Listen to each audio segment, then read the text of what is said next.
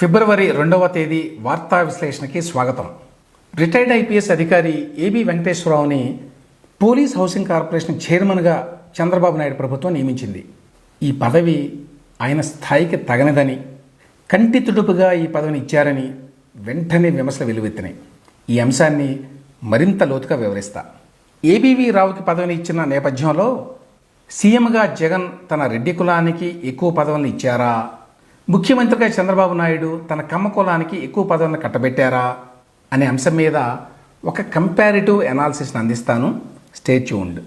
షర్మిలతో విజయసాయిరెడ్డి భేటీ అయ్యారు అనే వార్త సంచలనం సృష్టిస్తోంది. దీని వెనక కథా కమామేషు తెలుసుకుందాం. ఈ వీడియోలో మీకు ఆసక్తి ఉన్న అంశాలన్నీ వెంటనే చూడడానికి వీలుగా కింద డిస్క్రిప్షన్లో టైం స్టాంప్స్ ఇచ్చాను, చూడొచ్చు. తాజా అంశాల మీద విశ్లేషణని చిన్న చిన్న క్లిప్పులుగా చూడాలనుకుంటున్నారా? అయితే రమేష్ కందుల క్లిప్స్ అనే మరో యూట్యూబ్ ఛానల్లో చూడొచ్చు. ఆ ఛానల్ లింక్ని కింద డిస్క్రిప్షన్లో ఇచ్చాను. మీకు ఆసక్తి ఉంటే సబ్స్క్రైబ్ చేసుకోండి. Good morning. ఎట్టకేలకి ఏబి వెంకటేశ్వరరావు గారికి చంద్రబాబు నాయుడు ప్రభుత్వం ఒక పదవినిచ్చింది. ఏమిటా పదవి? Chairman AP police housing corporation. ఏం చేస్తుంది ఈ పోలీస్ హౌసింగ్ కార్పొరేషను? వీళ్ళు ప్రధానంగా పోలీస్ సిబ్బందికి రెంట్ ఫ్రీ అకామిడేషన్ ఇస్తారు. దాంతోపాటు పోలీస్ డిపార్ట్మెంట్కి సంబంధించినటువంటి కన్స్ట్రక్షన్ యాక్టివిటీ ఏదైనా ఉంటే దాన్ని పర్యవేక్షిస్తారు. దీనికి పెద్ద ప్రాధాన్యత లేదు. అసలు ప్రభుత్వం పెద్ద నిధులు ఇచ్చేది లేదు. వాళ్ళు ఈ పోలీస్ సిబ్బంది కోసం ఇల్లు కట్టేది లేదు. అంటే ఏబీవీ రావు గారికి కంటి తుడుపుగా, అలంకారప్రాయంగా ఏదో పదవిని ఇవ్వాలి అని ఇచ్చారంతే. అంతేగాని ఆయన సర్వీసెస్ను ఉపయోగించుకుందాం, రాష్ట్రానికి ప్రభుత్వానికి మేలు జరిగే విధంగా ఆయన మనం ఉపయోగించుకుందాం, ఆయన సర్వీసెస్ను ఉపయోగించుకుందాం అని అనుకోలేదన్నమాట. ఇంకా విశేషం ఏంటంటే ఈ పదవిని ఇచ్చే ముందు ఏబి వెంకటేశ్వరరావు గారిని అడగలేదు ప్రభుత్వం.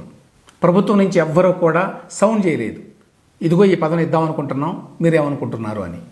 సడన్గా నిన్న ఒక జీవో ఇచ్చారు ఈయన నియమిస్తున్నట్టు. అంటే ఆయనకి ఛాన్స్ కూడా ఇవ్వలేదు తిరస్కరించడానికి. ఏబి వెంకటేశ్వరరావు గారికి పోలీస్ డిపార్ట్మెంట్లో చాలా అనుభవం ఉంది. దాంతోపాటు జగన్మోహన్ రెడ్డి హయాంలో ఆయన వేధింపులకు గురయ్యాడు. ఆ వేధింపులను తట్టుకొని నిలబడ్డాడు.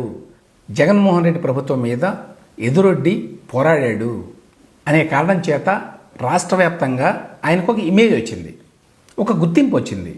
ఆ గుర్తింపును దృష్టిలో పెట్టుకొని చంద్రబాబు నాయుడు గారి పదవిని ఇవ్వాలి. కానీ అలా జరగలేదు అని స్పష్టంగా అర్థమవుతోంది. ఏబీవీ రావు గారిది డీజీపీ హోదా. డీజీపీ హోదాలో పనిచేసిన వ్యక్తికి ఇవ్వాల్సిన పదవి కాదు పోలీస్ హౌసింగ్ కార్పొరేషన్ చైర్మన్. గతంలో జగన్మోహన్ రెడ్డి ఈ పదవిని చాలా చిన్నవాళ్ళకి ఇచ్చాడు. ఒక ఎంపీటీసీకి ఇచ్చాడు. చిరంజీవి రెడ్డి అనేటువంటి ఒక ఎంపీటీసీకి పోలీస్ హౌసింగ్ కార్పొరేషన్ చైర్మన్గా జగన్మోహన్ రెడ్డి ఇచ్చాడు. ఇప్పుడు చంద్రబాబు నాయుడు అదే పదవిని డీజీపీ ఇంటెలిజెన్స్గా పనిచేసిన, ఎడిషనల్ డీజీపీ హోదాలో పనిచేసిన ఏబీవీ రావు గారికి ఇచ్చారు. దీన్ని బట్టి అర్థం చేసుకోవచ్చు ఇందులో ఎంత అనౌచిత్యం ఉందో. ఆయన స్థాయికి తగినట్టుగా, ఆయన అనుభవానికి తగినట్టుగా, ఆయన జగన్మోహన్ రెడ్డి ప్రభుత్వం మీద పోరాటానికి తగినట్టుగా పదవి దక్కల. కారణాలు ఏమిటో తెలియదు. ఒకటేంటంటే చంద్రబాబు నాయుడు గారు తన కోసమో, తన పార్టీ కోసమో, తన ప్రభుత్వం కోసమో ఎవరైనా కష్టపడితే వాళ్ళని ఎట్టి పరిస్థితుల్లో గుర్తించరు అనేటువంటి ఒక అపప్రథ అయితే ఉంది. అందులో భాగంగా చూడాలా, లేదు ఏబీవీ రావు గారి సమర్థత మీద ఆయనకి నమ్మకం లేక చేయలేదా అనే విషయం కూడా తెలియదు. ఏబీవీ రావు పోలీస్ డిపార్ట్మెంట్లో పనిచేశారు, కానీ ఆయనకి సమాజం పట్ల, వ్యవస్థల పట్ల చాలా అవగాహన ఉంది. ఎందుకంటే ఆయన ఒక రచయిత కూడా. ఆర్థిక, సామాజిక, సాంస్కృతిక అంశాల మీద ఒక సిరీస్ ఆఫ్ ఆర్టికల్స్ని ఆయన ఆంధ్రజ్యోతిలో రాశారు జాహ్నవి పేరుతోటి. గవర్నమెంట్లో ఉండగా అధికారులు తమ వ్యక్తిగత అభిప్రాయాలను వ్యక్తం చేయకూడదు. అందువల్ల ఆయన మారు పేరు రాయాల్సి వచ్చింది. చాలామందికి తెలియదు ఆయనే రచయిత అని ఇప్పటికీ. సో ఆ రకంగా ఆయనకి చాలా అంశాల పట్ల చాలా అవగాహన ఉంది. అటువంటి వ్యక్తిని చాలా రకాలుగా ఉపయోగించుకోవచ్చు ఈ ప్రభుత్వంలో. అసలే విషయ పరిజ్ఞానం ఉన్నవాళ్ళు లేరు, ప్రభుత్వం పట్ల లాయల్గా ఉండేవాళ్ళు లేరు అని అనుకుంటున్నటువంటి తరుణంలో ఏబి వెంకటేశ్వరరావు గారు లాంటి వాళ్ళని కూడా పట్టించుకోకపోవడం ఏంటి అనేది మరొక ప్రశ్న. రావు గారిని అడగకుండానే ఈ పదవిని ఇచ్చారని చెప్పాను. మరి ఇప్పుడు ఆయన ఏం చేస్తారో తెలియదు. ఆయన శ్రేయోభిలాషులు కానివ్వండి, ఈవెన్ తెలుగుదేశం కార్యకర్తలు, నాయకులు కూడా ఇదేంటి ఇంత చిన్న పదవిని ఇచ్చారు ఆయనకి అని అనుకుంటున్నారు. ఇప్పుడు ఆయన తిరస్కరిస్తే ఒక సమస్య, అది ధిక్కారంలాగా చూసేటువంటి అవకాశం ఉంటుంది పార్టీ వాళ్ళు. తిరస్కరించకపోతే ఒక చిన్న పదవిని తీసుకొని ఏదో బొగ్గకారులో తిరుగుతూ ఒక ఆఫీసులో కూర్చొని ప్రభుత్వం ఇచ్చేటువంటి ఆ రెమ్యునరేషన్ తీసుకొని కాలక్షేపం చేయాలి. అట్లా కాలక్షేపం చేసే వ్యక్తి కాదు ఏబీవీ రావు గారు. మరి ఇప్పుడు ఆయన ఏం చేస్తారో తెలియదు. ఒక రకంగా చెప్పాలి అంటే చంద్రబాబు నాయుడు ప్రభుత్వం ఆయన్ని ఇరుకున పెట్టింది. చంద్రబాబు నాయుడు గారి ప్రయారిటీస్ ఎట్లా ఉంటాయని చెప్పడానికి ఇది ఒక ఉదాహరణ. ఆయనకి అటు ఇటుగా సమకాలికుడైన ఆర్పి ఠాకూర్ గారు, ఆయన కూడా పోలీస్ డిపార్ట్మెంట్లో పనిచేసిన రిటైర్డ్ ఐపీఎస్ అధికారి. ఆయనకేమో అడ్వైజర్ టు గవర్నమెంట్ అని ఇచ్చారు. అది కూడా ఢిల్లీలో ఏపీ భవన్లో ఆఫీస్ పెట్టుకునేట్టుగా అవకాశం కల్పించారు 2 ఏళ్ల పాటు.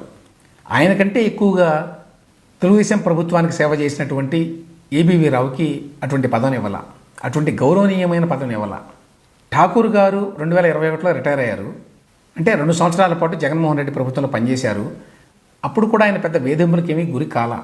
అయినా కూడా చంద్రబాబు నాయుడు గారు ఆయన సమర్థుడు అనుకొని ఉండొచ్చు, లేక ఆయన గౌరవం ఇవ్వాలి అనుకోవచ్చు. అందులో తప్పు లేదు. ఆయన అవగాహన మేరకు ఆయన చేసి ఉండొచ్చు. కానీ అదే సమయంలో ఆయనకు అటు ఇటుగా సమకాలికుడైన, అదే డిపార్ట్మెంట్ నుంచి వచ్చిన, తెలుగుదేశం ప్రభుత్వానికి ఎంతో చేశారు అని చెప్పి జగన్మోహన్ రెడ్డి ఎంతగానో విమర్శించిన ఏబీ వెంకటేశ్వరరావు గారికి మాత్రం తగిన గౌరవం ఇవ్వకపోవడం ఏంటి అనేది ఎవరికి అంతుబట్టని విషయం. ఏబీ వెంకటేశ్వరరావు గారికి ఏపీ పోలీస్ హౌసింగ్ కార్పొరేషన్ చైర్మన్గా పదవి ఇవ్వడానికి కారణం ఆయన చంద్రబాబు నాయుడు కులానికి చెందినవాడే అవడం అనేటువంటి విమర్శలు కూడా విన్నా నేను. అందులో ఎంత వాస్తవం ఉంది? ఇంతకుముందే చెప్పాను, ఆర్పి ఠాకూర్ గారికి అంతకంటే పెద్ద పదవిని ఇచ్చారని. అది పక్కన పెడితే జగన్మోహన్ రెడ్డి టైంలో తన కులానికి చెందినటువంటి రెడ్లకి ఆయన ఎన్ని పదవులు ఇచ్చారు, చంద్రబాబు నాయుడు తన హయాంలో కమ్మ కులానికి చెందిన వారికి ఎంతమందికి పదవులు ఇచ్చారు అనేటువంటి ఒక కంపారిటివ్ ఎనాలిసిస్ని చూస్తే మనకు విషయం అర్థమవుతుంది. ఇందులో నామినేటెడ్ పోస్టులన్నింటినీ తీసుకోవడం కష్టం. ఎందుకంటే వందలాది మందికి జగన్మోహన్ రెడ్డి పదవులు ఇచ్చాడు. వాళ్ళని పక్కన పెట్టి ఇంపార్టెంట్ పదవులైన అడ్వైజర్ టు గవర్నమెంట్ అనేటువంటి ఒక్కదాన్నే తీసుకుంటే జగన్మోహన్ రెడ్డి తన హయాంలో 40 మందికి ఆ పదవిని ఇచ్చాడు. ఇది ఎలా తెలిసింది అంటే కూటమి ప్రభుత్వం వచ్చిన తర్వాత వాళ్ళు ఒక జీవో ఇచ్చారు. ఆ జీవోలో ఇప్పటి వరకు అడ్వైజర్లుగా కొనసాగుతున్న వీరంతా కూడా విధుల నుంచి రిలీవ్ అయ్యారు అని చెప్పి ఇచ్చారు. దాన్ని బట్టి మనకు తెలుసు ఇంతమంది ఉన్నారు జగన్మోహన్ రెడ్డి ప్రభుత్వంలో అని, 40 మంది అని. ఈ 40 మందిలో 21 మంది జగన్మోహన్ రెడ్డి కులానికి చెందినవారే, రెడ్డి కులానికి చెందినవారే. అంటే Jaganmohan Reddy advisor to government అని ఇచ్చిన పోస్టుల్లో 50% పైగా తన కులానికి చెందిన వారికే ఇచ్చుకున్నారు. ఆ విధంగా మరే ముఖ్యమంత్రి ఆంధ్రప్రదేశ్ చరిత్రలో చేయాల. చాలామంది రెడ్డి ముఖ్యమంత్రులు ఉన్నారు ఏపీకి, అందరికీ తెలుసు. వాళ్ళెవ్వరూ కూడా చేయాల. వాళ్ళెవరూ కూడా ఇంత సాహసం చేయడానికి పూనుకోవాలా. అంటే అడ్వైజర్లుగా పదవులు ఇచ్చిన వాళ్ళల్లో 50% పైగా తన కులం వాళ్ళకే ఎవ్వరూ ఇచ్చుకోవాలా, ఎక్సెప్ట్ ఫర్ జగన్మోహన్ రెడ్డి. ఆయన అడ్వైజర్ టు గవర్నమెంట్ అని ఇచ్చినటువంటి 40 మందిలో 21 పేర్లు చదువుతాను ఇప్పుడు.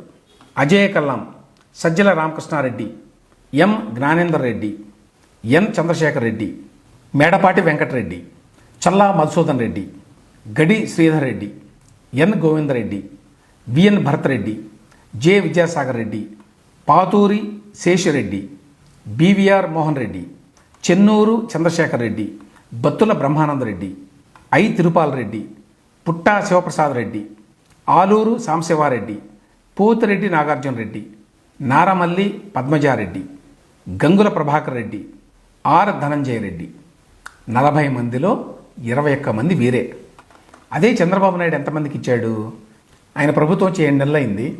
జగన్మోహన్ రెడ్డి గారు వచ్చినటువంటి 3 నెలల్లోనే అందరికి ఇచ్చేశాడు పదవులు. ఇప్పుడు 7 నెలలు అయింది కాబట్టి ఈయన ఎంతమందికి ఇచ్చాడు? అగైన్ నేను వేరే పదవులు తీసుకోవట్లేదు, only advisor to government. First point ఏమిటంటే చంద్రబాబు నాయుడు చాలా తక్కువ మందికి అడ్వైజర్ పదవిని కట్టబెట్టాడు. ఆ తక్కువ మందిలో ఒకళ్ళో ఇద్దరు కూడా లేరు కమ్మ కులానికి చెందినవారు. ఏమిటి లిస్ట్ అంటే ఇప్పుడే చెప్పాను, ఆర్పి ఠాకూర్ గారికి అడ్వైజర్ టు గవర్నమెంట్ అని ఇచ్చారని. ఆయన వేరే రాష్ట్రానికి చెందినవారు. మొహమ్మద్ షరీఫ్ అహ్మద్ అని ఆయన లెజిస్లేటివ్ కౌన్సిల్ చైర్మన్గా పనిచేశారు, పార్టీ నాయకుడు. ఆయనకి advisor to AP government for minority affairs అని ఇచ్చారు. చాగంటి కోటేశ్వరరావు గారు, ఆయనకి అడ్వైజర్ అని ఇచ్చారు విత్ క్యాబినెట్ ర్యాంక్. ఆయన నేపథ్యం అందరికీ తెలుసు. టి విజయకుమార్ రెడ్డి గారు, ఈయనకి advisor to government agriculture and cooperation department అని ఇచ్చారు. గతంలో కూడా ఇచ్చారు ఈయనకి. ఈయన కాకుండా నాకు తెలిసి కన్నయ్య నాయుడు అనే ఆయనకి అడ్వైజర్ టు గవర్నమెంట్ అని ఇచ్చారు. ఆయన ఒక్కరే కమ్మ కులానికి చెందినవారు. ఆయన యాక్చువల్గా కర్ణాటకలో ఎక్కువ పనిచేశారు. ఈ మధ్యకాలంలో ఏపీకి అవసరమైతే కూడా వచ్చి చేశారు. ఆ కృష్ణా బ్యారేజ్ మీద, అట్లాగే అన్నమయ్య డ్యామ్కి సంబంధించి అనుకుంటాను. సో ఆ రకంగా కమ్మ కులానికి చెందిన వారికి చాలా తక్కువ మందికి చంద్రబాబు నాయుడు పదవులు ఇచ్చాడు. ఇక ఇంపార్టెంట్ పోస్టులు చాలా ఉంటాయి, డీజీపీ, చీఫ్ సెక్రటరీ లాంటివి. వాటిల్లో కూడా జగన్మోహన్ రెడ్డి తన కులానికి చెందిన వాళ్ళకే ప్రాధాన్యత ఇచ్చాడు. డీజీపీగా గౌతమ్ సవాంగ్ వెళ్ళిన తర్వాత చాలా జూనియర్ అయినటువంటి కసిరెడ్డి రాజేంద్రనాథ్ రెడ్డిని తీసుకొచ్చి దాదాపు 3 ఏళ్ల పాటు ఆ పదవిలో ఉంచాడు. చీఫ్ సెక్రటరీగా చాలామంది సీనియర్లు ఉన్న వాళ్ళని పక్కన పెట్టి జవహర్ రెడ్డి గారిని ఆ పదవిలో కూర్చోబెట్టుకున్నాడు. వేరే చంద్రబాబు నాయుడు గారు ఫస్ట్ ఏమో నీరబ్ కుమార్ ప్రసాద్ గారిని చీఫ్ సెక్రటరీగా పెట్టారు. ఆయన రిటైర్ అయిన తర్వాత కమ్మ కులానికే చెందిన సాయి ప్రసాద్ గారు ఐఏఎస్, ఆయన సీనియారిటీ ఉన్నవాడు, అర్హుడు, అయినా కూడా ఆయన పక్కన పెట్టి కె విజయానంద గారికి ఆ పదవిని ఇచ్చారు. అదేవిధంగా డీజీపీగా ఫస్ట్ ఏమో ద్వారకా తిరుమలరావు గారిని, తర్వాత హరీష్ కుమార్ గుప్తా గారిని పెట్టుకున్నారు. మొత్తంగా ఏమిటంటే ముఖ్యమంత్రులు తమ కులానికి చెందిన వాళ్ళకి ప్రభుత్వంలో ఎంతో కొంత ప్రాధాన్యత ఇస్తారు అనే మాట వాస్తవం అయినప్పటికీ ఓవరాల్గా జగన్మోహన్ రెడ్డితో కంపేర్ చేస్తే చంద్రబాబు నాయుడు చాలా తక్కువ ఇస్తారు. చంద్రబాబు నాయుడిని, జగన్ని ఈ విషయంలో ఒకే ఘాటన కట్టివేయడం ఎంత మాత్రం కరెక్ట్ కాదు. గాడిదని, గుర్రాన్ని ఒకే లెక్కన ట్రీట్ చేయడం లాంటిది అది. విజయసాయిరెడ్డి రాజకీయాలకు స్వస్తి పలికాడు అని చెప్పిన మాట వాస్తవం కాదు. ఆయన రాజకీయాలను విడిచి ఎక్కడికి వెళ్ళడు అని చెప్పి గతంలో చెప్పాను. చేపలకి నీళ్ళు ఎంత అవసరమో విజయసాయిరెడ్డికి రాజకీయాలు అంత అవసరం. ఆ విషయాన్ని ప్రూవ్ చేస్తూ ఆయన లేటెస్ట్గా షర్మిలారెడ్డిని హైదరాబాదులో కలిశాడు. 3 గంటల సేపు కలిశాడు. అక్కడ భోజనం కూడా చేశాడు. ఎందుకు కలిసి ఉంటాడు? పలకరించడానికైతే కాదు. దానికైతే 3 గంటల సేపు కలవాల్సిన పని లేదు. ఖచ్చితంగా జగన్మోహన్ రెడ్డికి, షర్మిలారెడ్డికి మధ్య ఉన్నటువంటి విభేదాలని పరిష్కరించడానికి, వాళ్ళిద్దరి మధ్య సయోధ్య కుదర్చడానికి కలిశాడు అనే దాంట్లో ఎటువంటి సందేహం లేదు. ఇప్పుడు జగన్మోహన్ రెడ్డి ఉన్న పరిస్థితుల్లో ఫ్యామిలీతో ఈ విభేదాలు ఇట్లాగే కొనసాగితే ఆయనకి రాజకీయంగా కూడా మంచిది కాదు. అందువల్ల షర్మిలారెడ్డికి, జగన్కి మధ్య ఉన్నటువంటి ఈ భేదాన్ని ఎంతో కొంత పరిష్కరించి ఇద్దరిని కొంత దగ్గర చేద్దాము అనేటువంటి ప్రయత్నంలో భాగంగానే విజయసాయిరెడ్డి 3 గంటల సేపు షర్మిలారెడ్డిని కలిశాడు. నేను ఇంతకుముందు చెప్పినట్టు విజయసాయిరెడ్డి రాజకీయాల నుంచి వైదొలిగాను అని చెప్పిన మాట వాస్తవం కాదు. కొన్ని అనివార్య పరిస్థితుల కారణంగా, కొన్ని రాజకీయ ఒత్తిళ్ల కారణంగా అతను రాజకీయాలకి స్వస్తి పలుకుతున్నాను అనే మాట చెప్పాడే కానీ ఆయన వాస్తవానికి ఇప్పటికీ వైసీపీ కోసం, జగన్మోహన్ రెడ్డి కోసం పనిచేస్తున్నాడు. భవిష్యత్తులో కూడా పనిచేస్తాడు. అందులో భాగంగానే షర్మిలారెడ్డిని కూడా కలిశాడు. రాజకీయాలకు స్వస్తి అనేటువంటి మాట చెప్పి వైసీపీకి రాజీనామా అనే దాన్ని చాలా చిన్న విషయంగా చూపించాడు. యాక్చువల్గా రాజకీయాలకు స్వస్తి అని చెప్పిన తర్వాత ఆ వెంటనే రాజ్యసభ సభ్యత్వానికి రాజీనామా చేశాడు. మొన్న శుక్రవారం నాడు వైసీపీ ప్రాథమిక సభ్యత్వానికి రాజీనామా చేస్తున్నాను అని ప్రకటించాడు. అంటే అది చాలా ముఖ్యమైన విషయంగా, ఇది చాలా అప్రధాన విషయంగా అతను చూపించడానికి ప్రయత్నించాడు. ఎందుకు అంటే వాస్తవంగానే వైసీపీకి, జగన్కి అతను దూరం కాలేదు. జగన్ కోసం పనిచేయడానికి, వైసీపీ కోసం పనిచేయడానికి వీలుగా లైమ్ లైట్లో లేకుండా అజ్ఞాతంగా ఈ ప్రయత్నాలు చేయటం ఇప్పుడున్న పరిస్థితుల్లో ఇంకా సులువు అనే ఉద్దేశంతో ఈ పనిచేశాడు. మామూలుగా వైసీపీలో ఉండి విజయసాయిరెడ్డి కనుక షర్మిలారెడ్డిని కలిస్తే అది ఎంత పెద్ద వార్త అయ్యేదో, ఎంత సంచలనం అయ్యేదో పరిచయంగా చెప్పనక్కర్లా. ఇప్పుడు చూడండి, దానికి అంత ప్రాధాన్యత రాలా. కారణం అదే.